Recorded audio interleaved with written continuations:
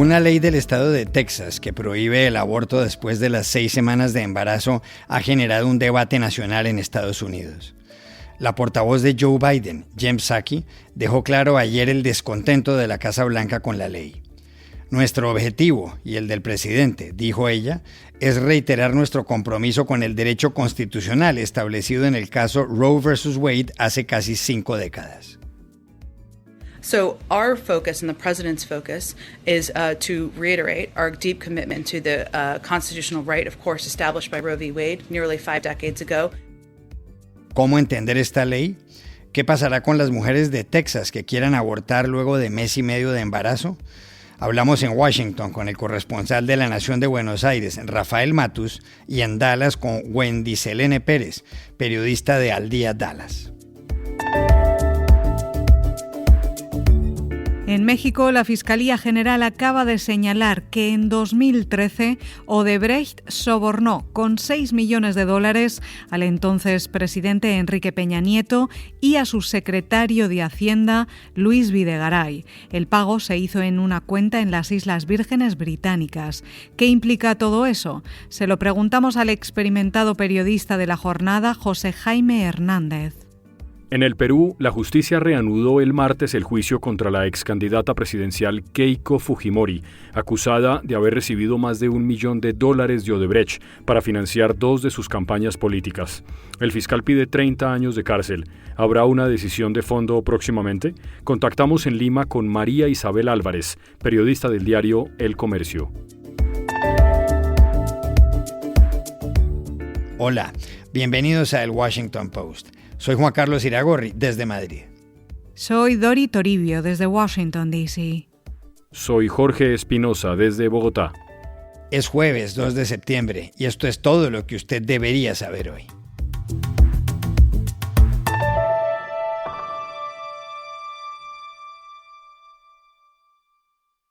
Una controversia de grandes proporciones ha suscitado en Estados Unidos la entrada en vigor de una ley del estado de Texas considerada como una de las más restrictivas con respecto al derecho al aborto. La norma empezó a regir ayer mismo, luego de que la Corte Suprema estadounidense se abstuviera de suspenderla. Esta ley también es conocida como la Iniciativa 8 y prohíbe practicar un aborto a partir de las 6 semanas de embarazo, es decir, desde que el corazón del feto ha empezado a latir dentro del vientre de la madre. La disposición fue sancionada el 19 de mayo por el gobernador de Texas, el republicano Greg Abbott. Al firmarla, Abbott dijo lo siguiente: el Creador nos dio el derecho a la vida y, sin embargo, cada año millones de niños pierden ese derecho por los abortos. En Texas trabajamos para salvar esas vidas. Our creators endowed us with the right to life, and yet millions of children lose their right to life every year because of abortion. In Texas, we work to save those lives. La ley permite además que los denunciantes reciban hasta $10,000 por formular sus acusaciones. Ese dinero deben ponerlo los acusados. Hasta ahora en Texas era viable practicar un aborto en las primeras 20 semanas de gestación.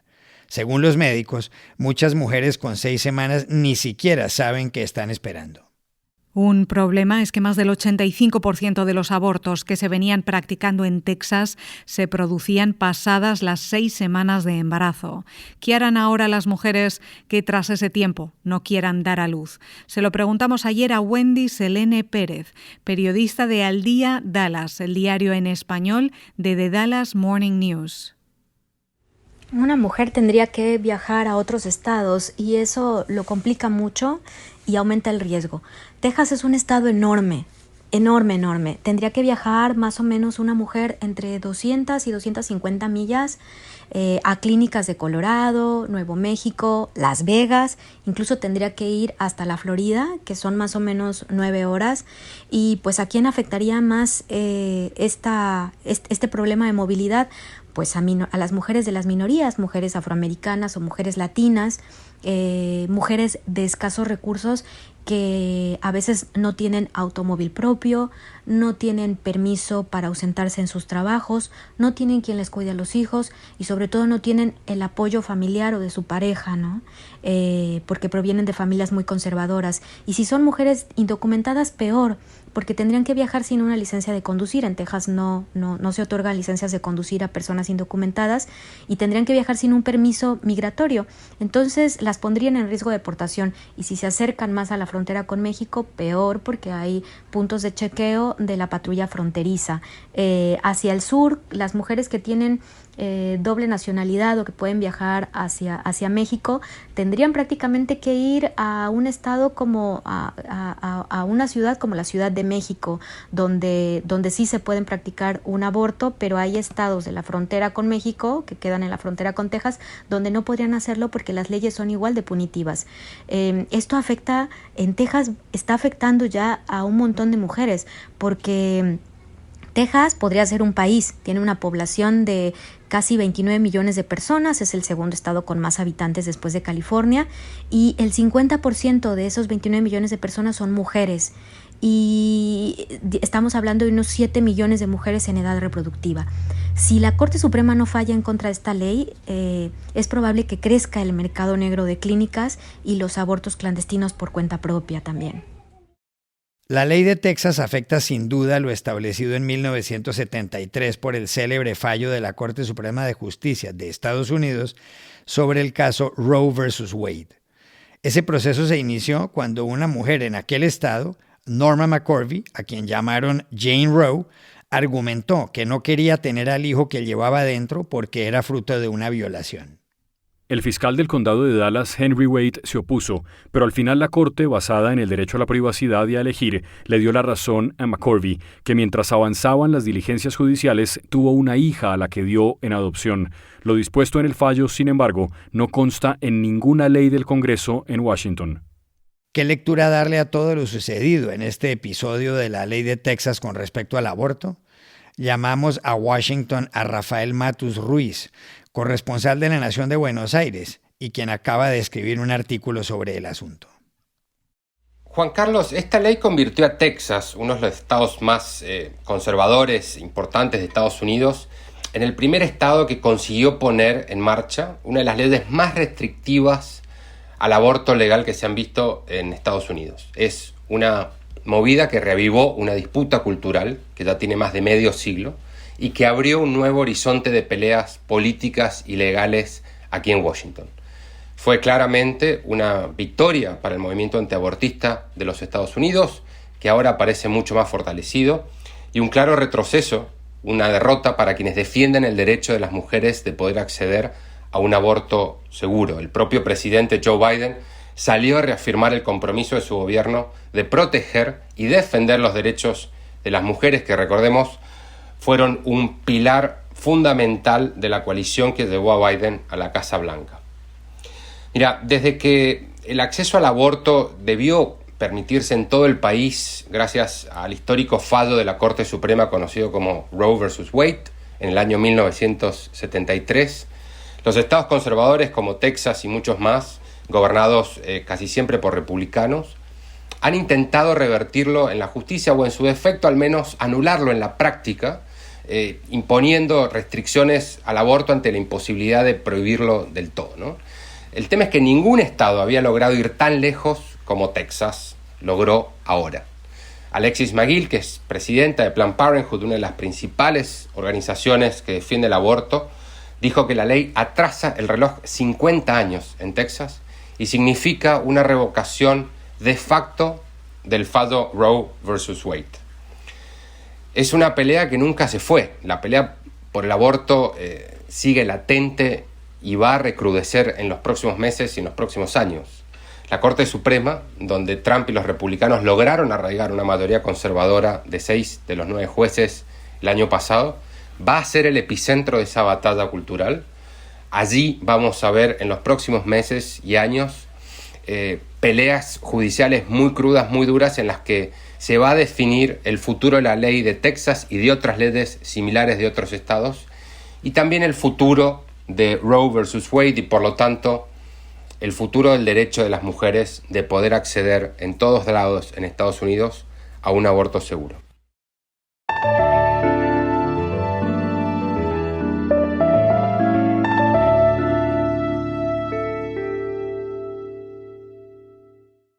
En México, el expresidente Enrique Peña Nieto y quien fuera su todopoderoso secretario de Hacienda, Luis Videgaray, están en problemas. La Fiscalía General de la República acaba de implicarlos en el escándalo de Odebrecht, la multinacional brasileña.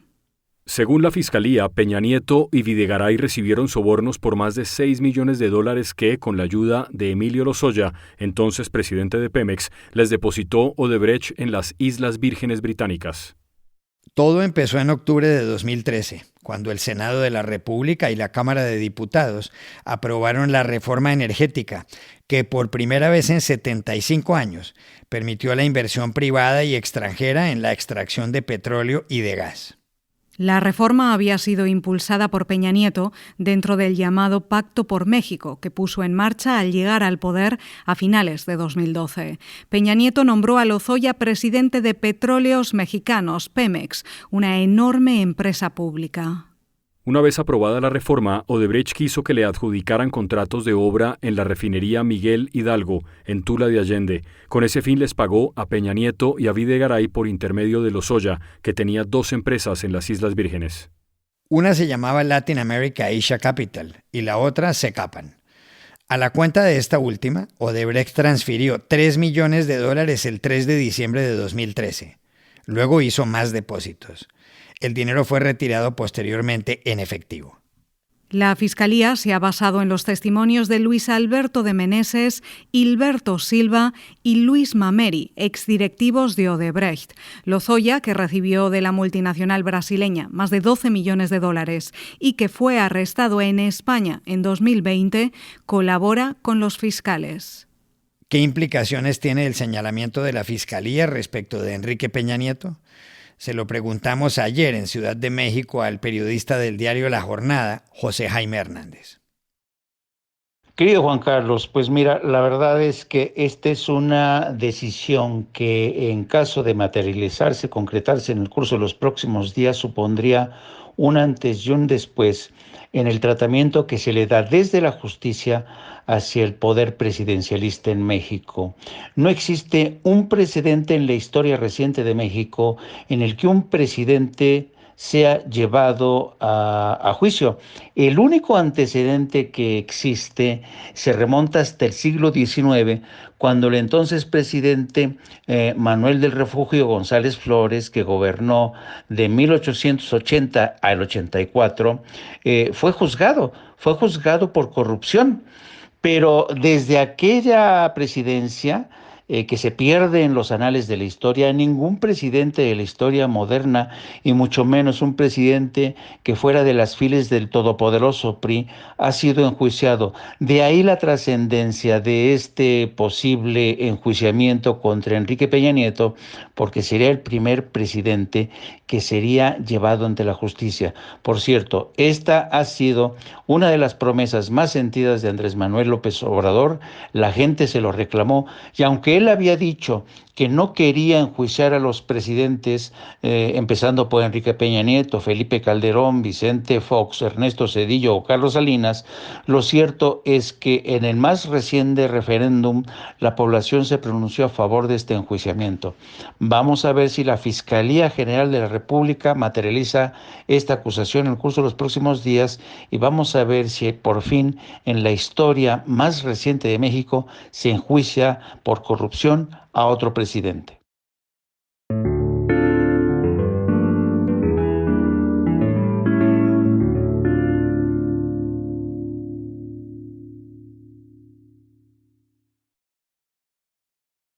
En el Perú, la justicia reabrió el martes el juicio contra la excandidata presidencial Keiko Fujimori por haber recibido presuntamente $1.200.000 de Odebrecht para financiar sus campañas de 2011 y 2016.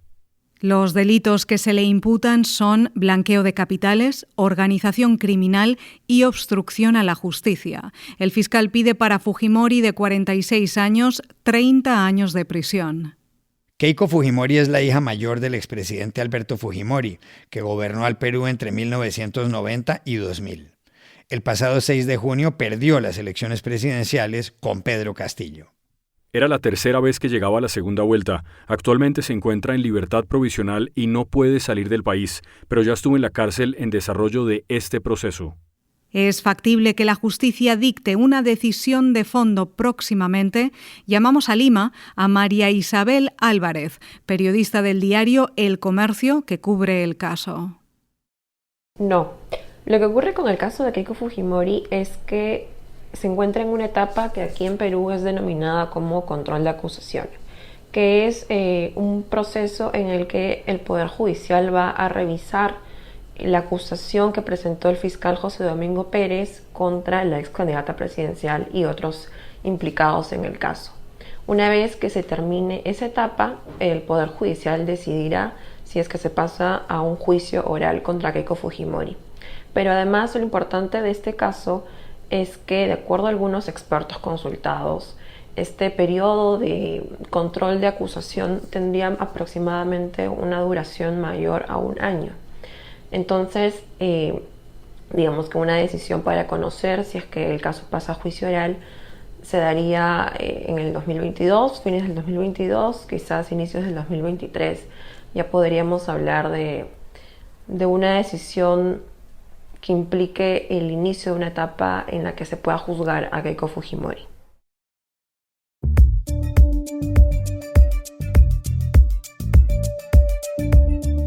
Y estas son otras cosas que usted también debería saber hoy. Mañana se reanuda en México el diálogo entre el gobierno de Nicolás Maduro y la oposición venezolana, que esta semana confirmó en Caracas su participación en bloque y en una sola lista en las elecciones regionales del 21 de noviembre.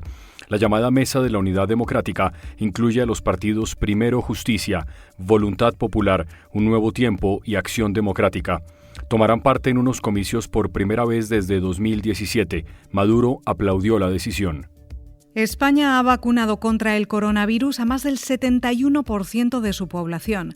Según los datos de Our World in Data, ningún otro país con una población parecida ha inmunizado a un ritmo tan alto. 33 de los 47 millones de habitantes han recibido las 2 dosis. Los otros países que han superado ese porcentaje tienen poblaciones más pequeñas. Los expertos advierten, sin embargo, que debido a la variante Delta, la inmunidad de rebaño no llegará antes de vacunar al 85% de la población. El delantero portugués Cristiano Ronaldo se convirtió ayer en el máximo goleador de la historia de las selecciones de fútbol, tras haber anotado 111 goles. Supera al iraní Ali Daei con 109. Marcó 2 tantos ante la República de Irlanda en las eliminatorias europeas al Mundial de Qatar 2022. En el partido, jugado en la ciudad portuguesa de Faro, el nuevo jugador del Manchester United, tras fallar un penalti, hizo 2 goles de cabeza que le dieron la victoria 2-1 a su selección. Un fenómeno. Y aquí termina el episodio de hoy de El Washington Post, El Guapo. En la producción estuvo John F. Burnett. Por favor, cuídense mucho. Y pueden suscribirse a nuestro podcast en nuestro sitio web, elwashingtonpost.com, seguirnos en nuestra cuenta de Twitter, @elpost, y también nos encontrarán en Facebook, buscando El Post Podcast. Chao, hasta la próxima.